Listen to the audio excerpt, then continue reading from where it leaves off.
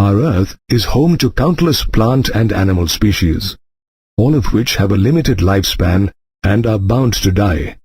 Yet these species have existed for several thousands of years. That's because living organisms can reproduce.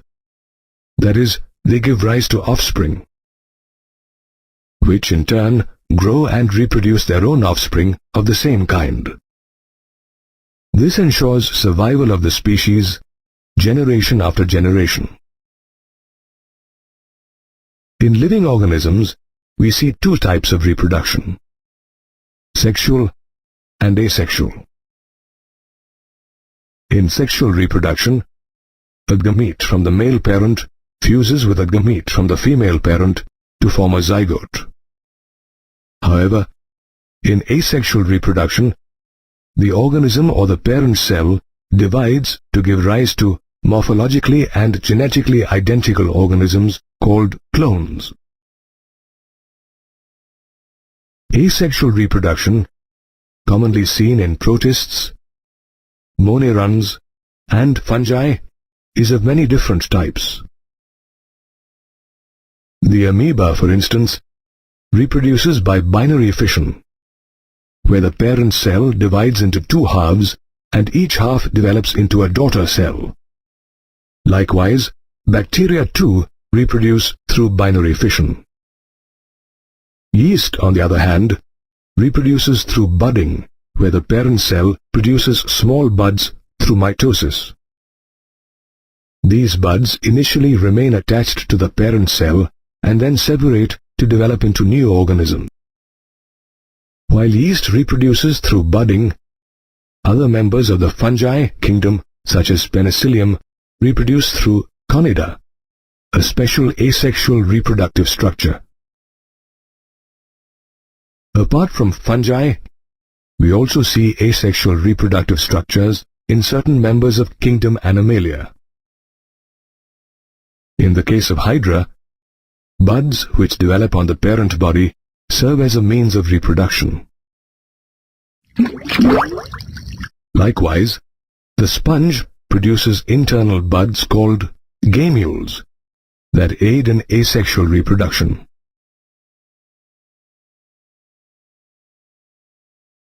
Apart from single-celled organisms and animals, asexual reproduction is also seen in simple plants such as algae, as well as in certain higher plants such as potato.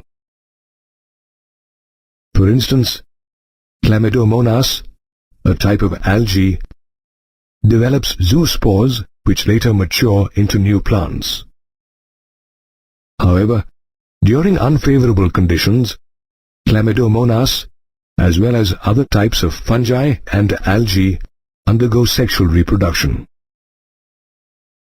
In higher plants, asexual reproduction, commonly known as vegetative propagation, takes place through vegetative propagules, specialized structures which emerge from different parts of the plant. For instance, the stem of a potato plant is dotted with buds known as eyes, which later germinate into new plants. Whereas in a ginger plant, modified stems or rhizomes having nodes and buds act as a means of vegetative propagation. While the buds develop into a new ginger plant, the nodes of the rhizome give way to adventitious roots which help in the absorption of water and minerals from the soil. Bryophyllum, on the other hand, have notches on the margin of their leaves that give rise to adventitious buds that fall off and later germinate into new plantlets. Apart from buds and nodes, runners, suckers, offsets, and bulbs are other examples of vegetative propagules in plants.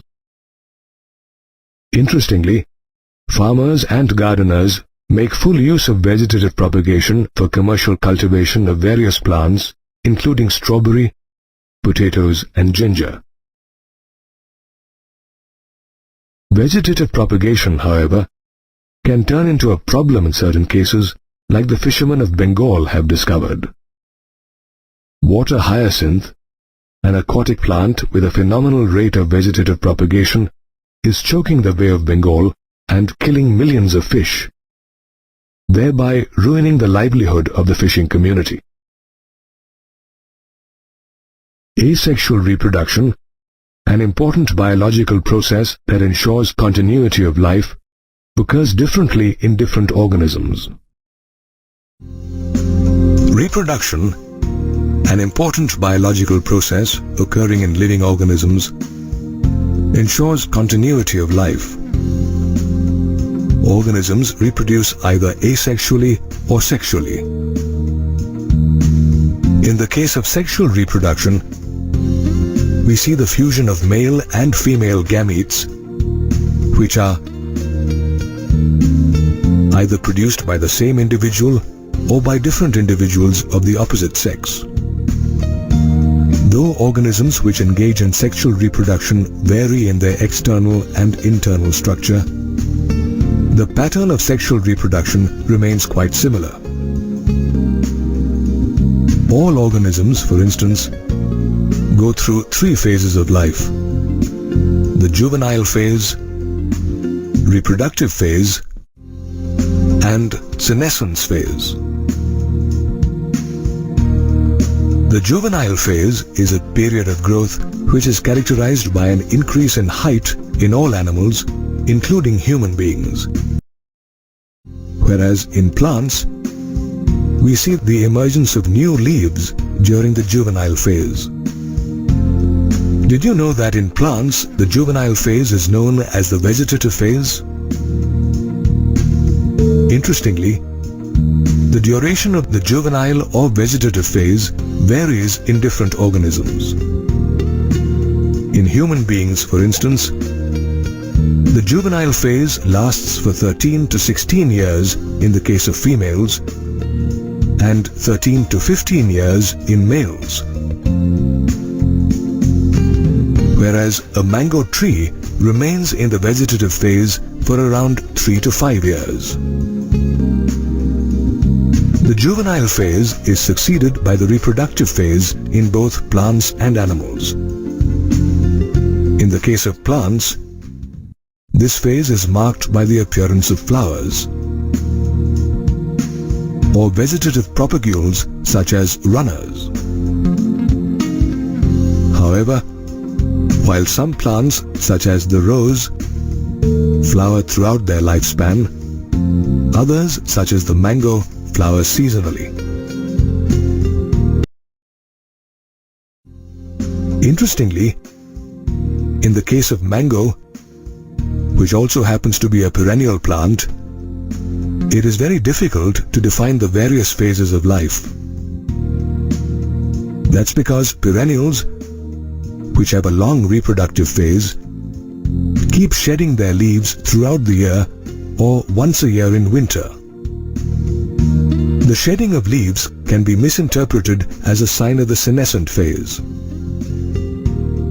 However, it is easy to identify the phases in the case of annuals and biennials. As all 3 phases of an annual plant occur in 1 year, whereas biennials have a 2-year life cycle in which the plants enter the vegetative phase in the first year and the reproductive followed by the senescent phase in the second year. Did you know that certain plants such as bamboo flower only once in 100 years, produce fruits and then die? Similarly, Strobilanthes kuntiana or Neelakuranji flowers every 12 years. Just as plants develop specialized structures during the reproductive phase, animals too show certain morphological and physiological changes. In human beings, for example, the reproductive phase, which starts with puberty, leads to the development of male and female secondary sexual characters such as facial hair in male and breasts, which are seen more prominently in females. Moreover, females of all placental mammals, including primates and non-primates,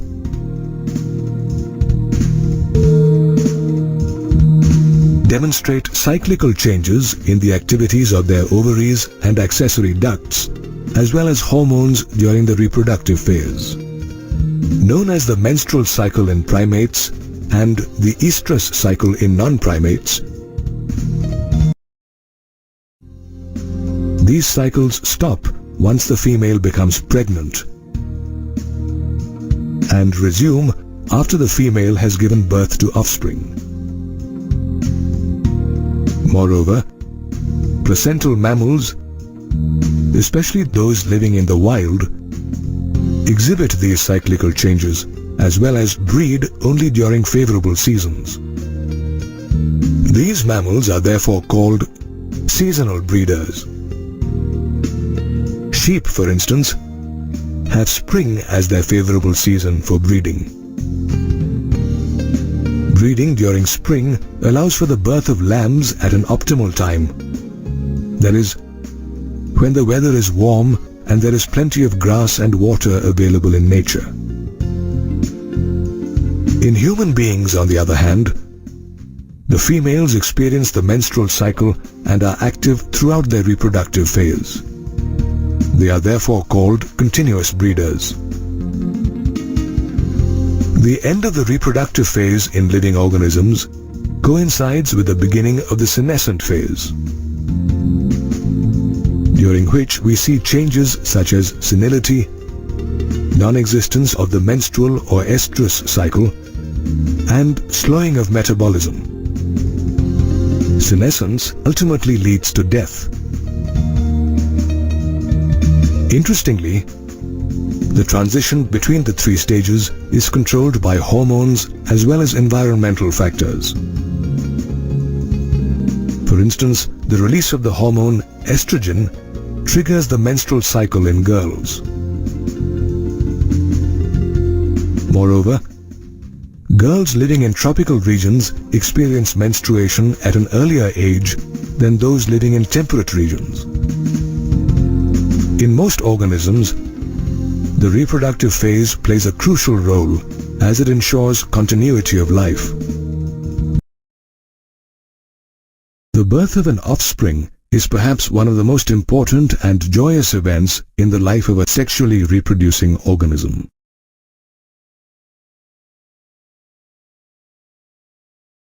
This event, however, is a culmination of events such as the development of the zygote and embryogenesis.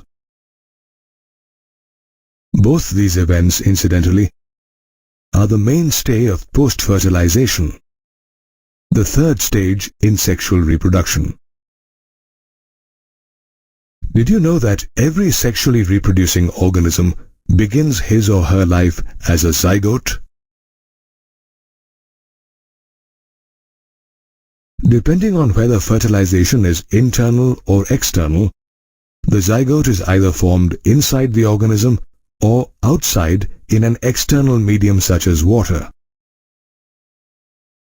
After its formation, the development of the zygote is largely influenced by its environment. After its formation, the development of the zygote is largely influenced by its environment. Take the case of organisms such as fungi and algae, whose zygotes are formed either in water, rocks, or soil. These zygotes develop thick walls that are resistant to desiccation as well as environmental damage. However, an unfavorable environment forces the zygote to undergo a period of rest and start storing nutrients before germinating. The environment also influences the germination of the zygote. Apart from the environment, the development of the zygote is also influenced by the life cycle of an organism.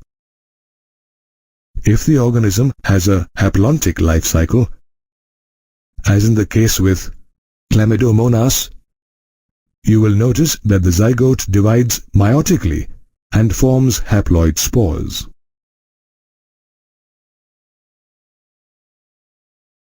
However, in the case of a fern, a pteridophyte with a haplodiplontic life cycle, the zygote divides mitotically to form a sporophyte. After the initial development, the zygote slowly starts metamorphosing into an embryo through a process known as embryogenesis. During this process, the zygote starts to divide mitotically, which results in an increase in the number of cells. Simultaneously, the zygote also undergoes cell differentiation, a process during which groups of cells go through modification to form different tissues and organs.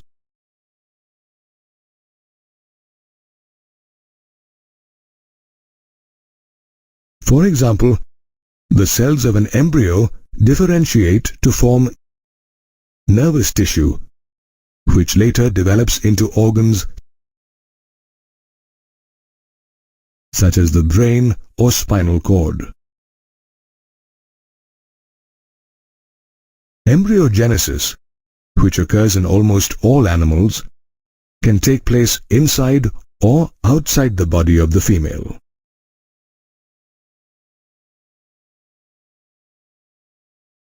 In oviparous or egg-laying animals such as reptiles and birds, the process of embryogenesis takes place outside the body of the female, that is, in eggs laid by these animals.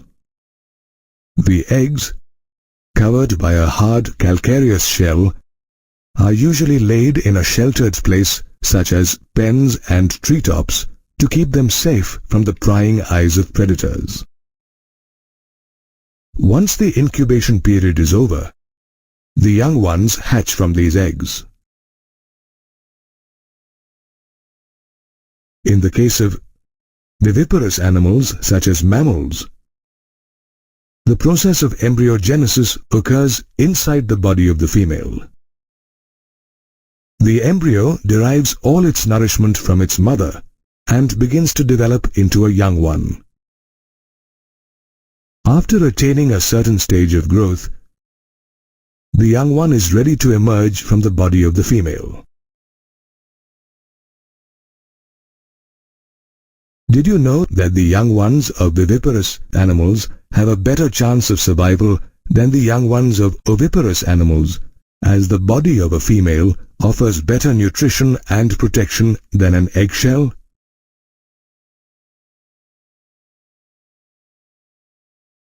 Apart from animals, the development of the zygote and embryogenesis occur in flowering plants as well.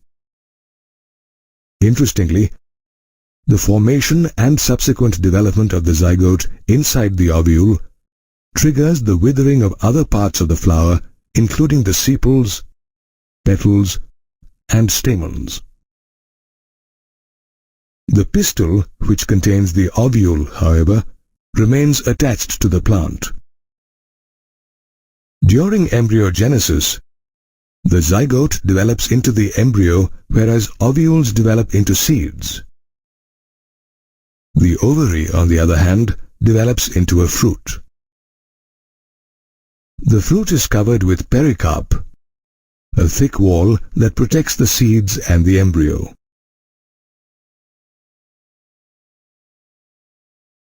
After the fruit is consumed, the seeds get dispersed by wind, water, or animals. These seeds later germinate into a new plant. Thus, in both plants and animals, the formation of a new life hinges on the development of a zygote and embryogenesis, the two post-fertilization events.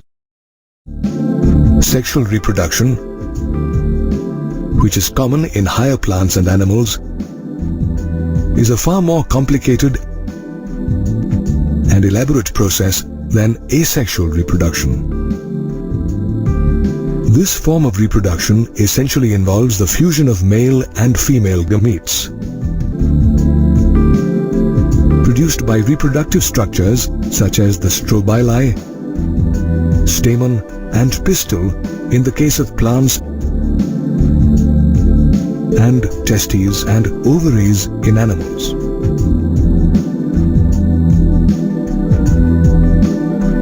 Interestingly, while some organisms are endowed with both male and female reproductive structures, others possess only one of either reproductive structure. For instance, gymnosperms such as pinus possess both male and female strobili and are called bisexual or monoecious plants. Cycas, on the other hand, has the male and female strobili growing on different trees and is known as a dioecious or unisexual plant. Angiosperms too comprise a variety of monoecious and dioecious plants. For instance, the coconut tree is considered a monoecious plant, where a single tree bears the staminate, the stamen-bearing unisexual male flower, and the pistillate, the female flower bearing the pistils. Even the pea plant is a monoecious plant, as both the stamen and pistil are present on the same flower. Papaya, on the contrary, is a dioecious plant that bears staminate and pistillate flowers on different trees. Did you know that we come across bisexual and unisexual organisms even in fungi? Bisexual fungi, such as the straw mushroom, bear the male and female gametangium, the plus and the minus mating type, on the same thallus. Hence, these types of fungi are also known as homothallic. This is in contrast to heterothallic fungi, such as Rhizopus, which bears the male and female gametangium, that is, the plus and minus mating type, on different thallus.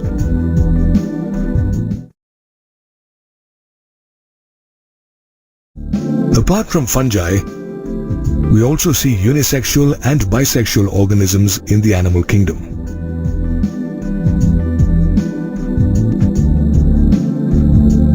The earthworm, which has both testis and ovary, is bisexual in nature. Did you know that bisexual animals are also called hermaphrodites? Human beings, on the other hand, are unisexual organisms, as each individual possesses either the male or female reproductive organ. Regardless of whether organisms are unisexual or bisexual, reproductive structures play an important role in sexual reproduction, a process that's divided into three distinct stages, namely the pre-fertilization, fertilization, and post-fertilization stage. The pre-fertilization stage is the first stage in sexual reproduction and includes gametogenesis and gamete transfer, events that occur prior to the fusion of gametes. Gametogenesis refers to the process of formation of the haploid male and female gametes due to cell division in the parent body. The type of cell division is decided by the nature of the parent body. Haploid organisms such as moss, a type of bryophyte, produce gametes by undergoing mitotic division. Apart from bryophytes, other haploid organisms belonging to fungi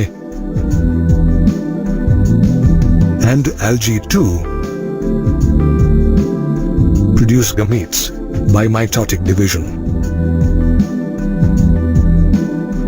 However, diploid organisms such as pteridophytes, gymnosperms, angiosperms, as well as most animals, including human beings, possess specialized gamete mother cells called myocytes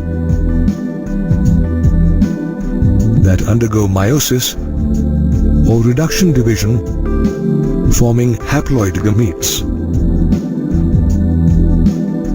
These haploid gametes aren't morphologically similar, and hence they are called heterogametes. Moreover, while the male gamete is called the antherozoid or sperm, the female gamete is called the egg or ovum.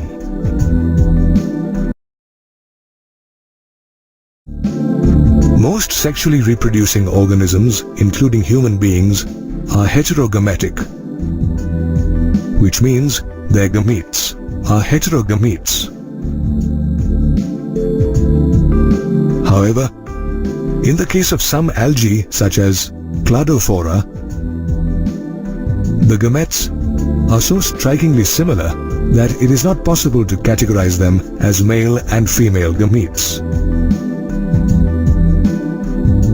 Such gametes are therefore called homogametes or isogametes. Regardless of whether they are homogametic or heterogametic, the formation of gametes is followed by gamete transfer, a process during which male gametes are brought in proximity with female gametes. In the case of algae, bryophytes and pteridophytes, water acts as a medium for such gamete transfer.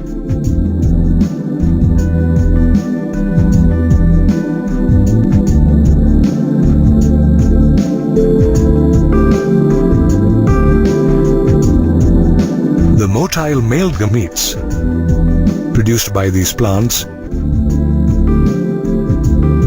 make use of water currents to reach the stationary female gamete. However, during this process, many male gametes either die or fail to reach their destination. To overcome this lacuna, most plants produce several thousand male gametes to ensure that at least some of them reach the female gamete.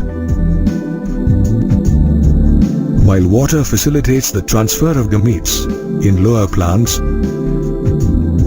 wind, bees and insects facilitate the transfer of gametes in higher plants, including angiosperms.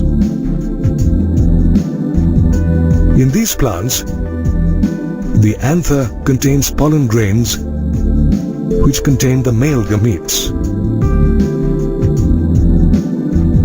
The female gamete, on the other hand, lies inside the ovule, a part of the ovary, which together with the style and stigma comprises the pistil. For fertilization, it is necessary for pollen grains to be deposited on the stigma so that they reach the embryo sac. This deposition occurs in different ways in different plants. In the case of monoecious plants, such as the pea plant, the anther sheds the pollen grains soon after they have matured, which then fall on the stigma.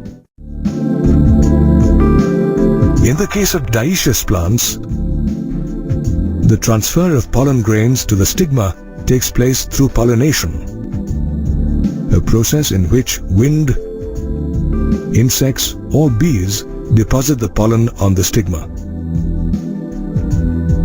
These pollen grains then germinate and produce a pollen tube that contains the male gametes. This tube penetrates the stigma and style to reach the ovule, where the male gametes are discharged. While plants depend on water and wind for gamete transfer, unisexual animals such as human beings have developed a special mechanism called copulation for gamete transfer. Thus, whether in animals or plants, gamete transfer and gametogenesis are the two main events that occur in the pre-fertilization stage of sexual reproduction. Fertilization, the second stage in sexual reproduction, is also the hallmark of the process. During this stage, the male and female gametes fuse to form a diploid zygote. Did you know that syngamy is the other word used to describe the process of fusion of gametes or fertilization? Interestingly, fertilization does not occur in every sexually reproducing organism. In certain organisms, such as turkey, rotifers, honeybees, and even some lizards such as Nemidophorus neomexicanus, a process called parthenogenesis takes place. In this process, the female gamete does not fuse with the male gamete, but undergoes developments such as cell division or chemical changes to form new organisms. Parthenogenesis, however, occurs only in a few organisms. Fertilization, on the other hand, occurs in a wide variety of aquatic as well as terrestrial organisms. However, the way fertilization occurs in aquatic organisms is very different from the way it occurs in terrestrial organisms. In most aquatic organisms, including algae, fish, and amphibians such as frogs, fertilization is external, where the male and female release their gametes in water, and the fusion of the gametes as well as the formation of the zygote occurs outside the body of the organism, that is, in an external medium such as water. During external fertilization, the gametes are released in large numbers, which translates into a large number of offspring. These offspring, however, are vulnerable to attack from various predators, including big fish, which decreases their chances of surviving till adulthood.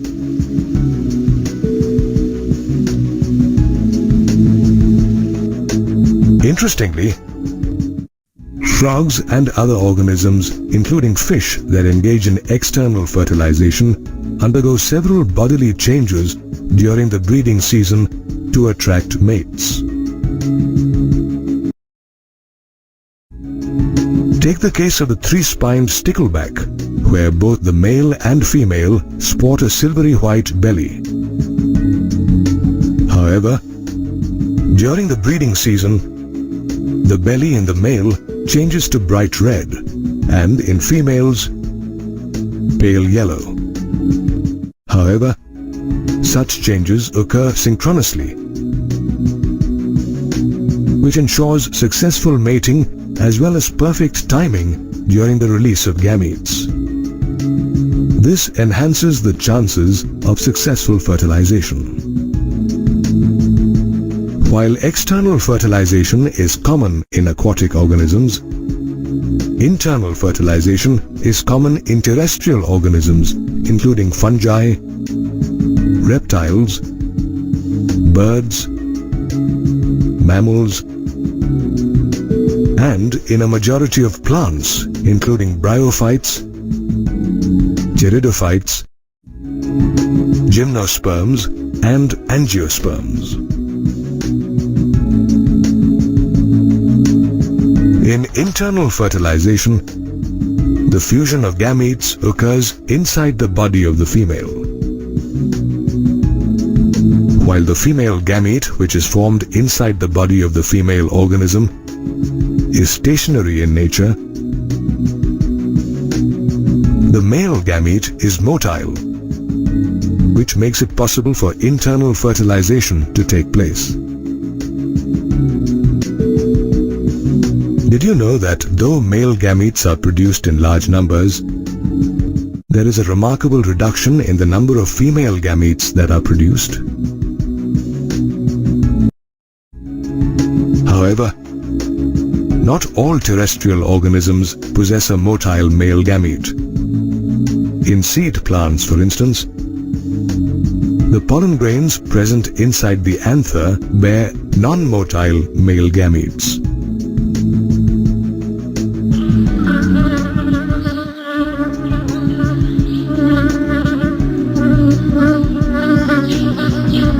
These pollen grains, therefore, depend on agents such as the wind, bees, and insects to carry them to the stigma. When these pollen grains are deposited on the stigma, they germinate to form a pollen tube. This tube then travels downwards towards the ovule, where it discharges the male gamete. These male gametes unite with the female gamete to form a zygote, thus completing the fertilization process. Fertilization, thus, is an important process that ultimately results in the formation of a new life.